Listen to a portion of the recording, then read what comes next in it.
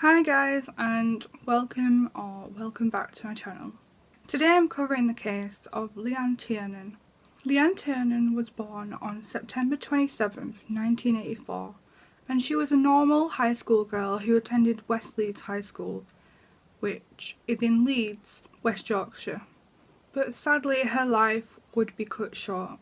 On November 26, 2000, Leanne took a trip into town with her friend Sarah to buy some Christmas presents, and after this trip they got off the bus and said their goodbyes.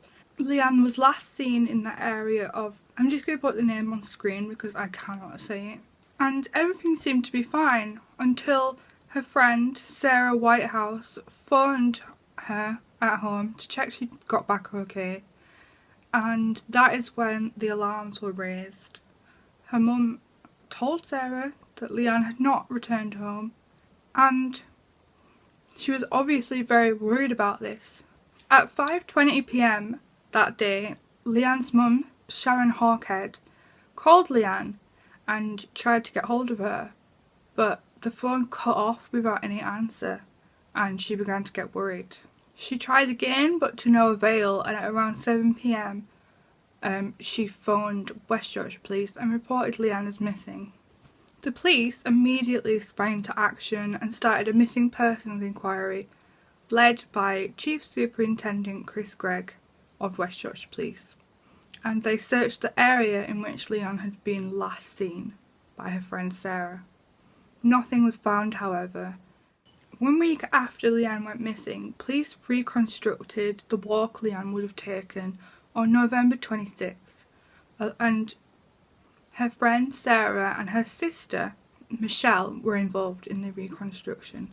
But once again, this led to nothing and no information was found. The search for Leanne quickly became one of the biggest West Yorkshire Police had ever been involved in, and more than 1,400 house-to-house inquiries were made. 800 houses were searched along the route police suspected Leanne had taken, including sheds and garages. Over the course of the investigation, police collected the DNA of 140 men in the area. The police even drained a portion of the Leeds-Liverpool Canal to search for any evidence of Leanne, but sadly, once again, nothing was found. So nothing much came of the initial investigation despite the efforts on the police's behalf, until August 20th, 2001, 9 months after Leanne's disappearance, when her body was found in Lindley Woods, North Yorkshire. After finding Leanne's body, the police opened a murder inquiry, codenamed Operation Conifer. Leanne was found with a bin bag over her head, which was attached with a leather dog collar. There was a scarf wrapped around her neck, and she had been wrapped in green bin liners and a flowery duvet. Her wrists had been tied with yellow plastic cables, and the plastic ties had been used to strangle her. The police did not find any signs of sexual assault on Leanne's body, but they didn't rule out a sexual motive for the crime. It was thought that Leanne's body had been kept in a freezer for a period of time before her body was found in Lindley Woods, and was only taken out a few weeks before she'd been discovered. As the police were looking into the items found on Leanne's body, they came across one name which came up a few times, and that name was John Taylor. He was on the list of 3 people who had bought the same dog collar that was around Leanne's neck.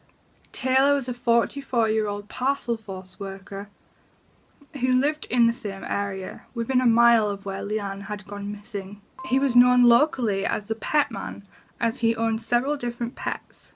As police conducted investigations into Taylor's background, they found, through speaking to some ex-girlfriends, that Taylor was into bondage, and the way they described this bondage was very similar to the way Leanne had been found, with the cable ties.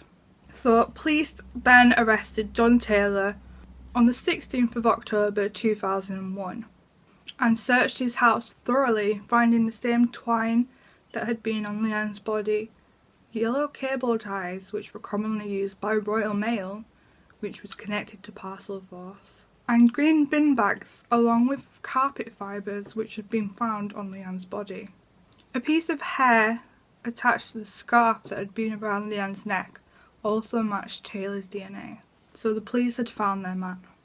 Taylor admitted to Leanne's murder, but claimed it was an accident and that she had fallen off a bed during a struggle and that he hid her body in a panic.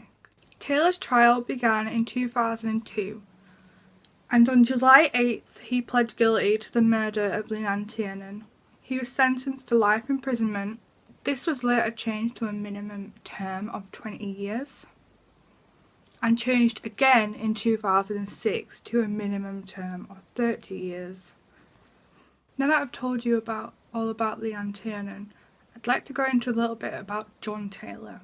Since the police arrested John Taylor and found Leanne's body, they reopened several cold cases, thinking that Taylor may have killed before. Also, since his imprisonment for Leanne's murder, he's been charged with many sexual assault cases, and so he'll likely never get out of prison. And from what I can tell, they're still looking into those cold cases in relation to Taylor being a suspect in them, although he denies ever killing anyone else. So that is the case of Leanne Tiernan. Thank you for watching. Please let me know if I've missed out anything in this video. I've tried my best to research and get the facts right, but if I've missed anything, please let me know. So thank you so much for watching.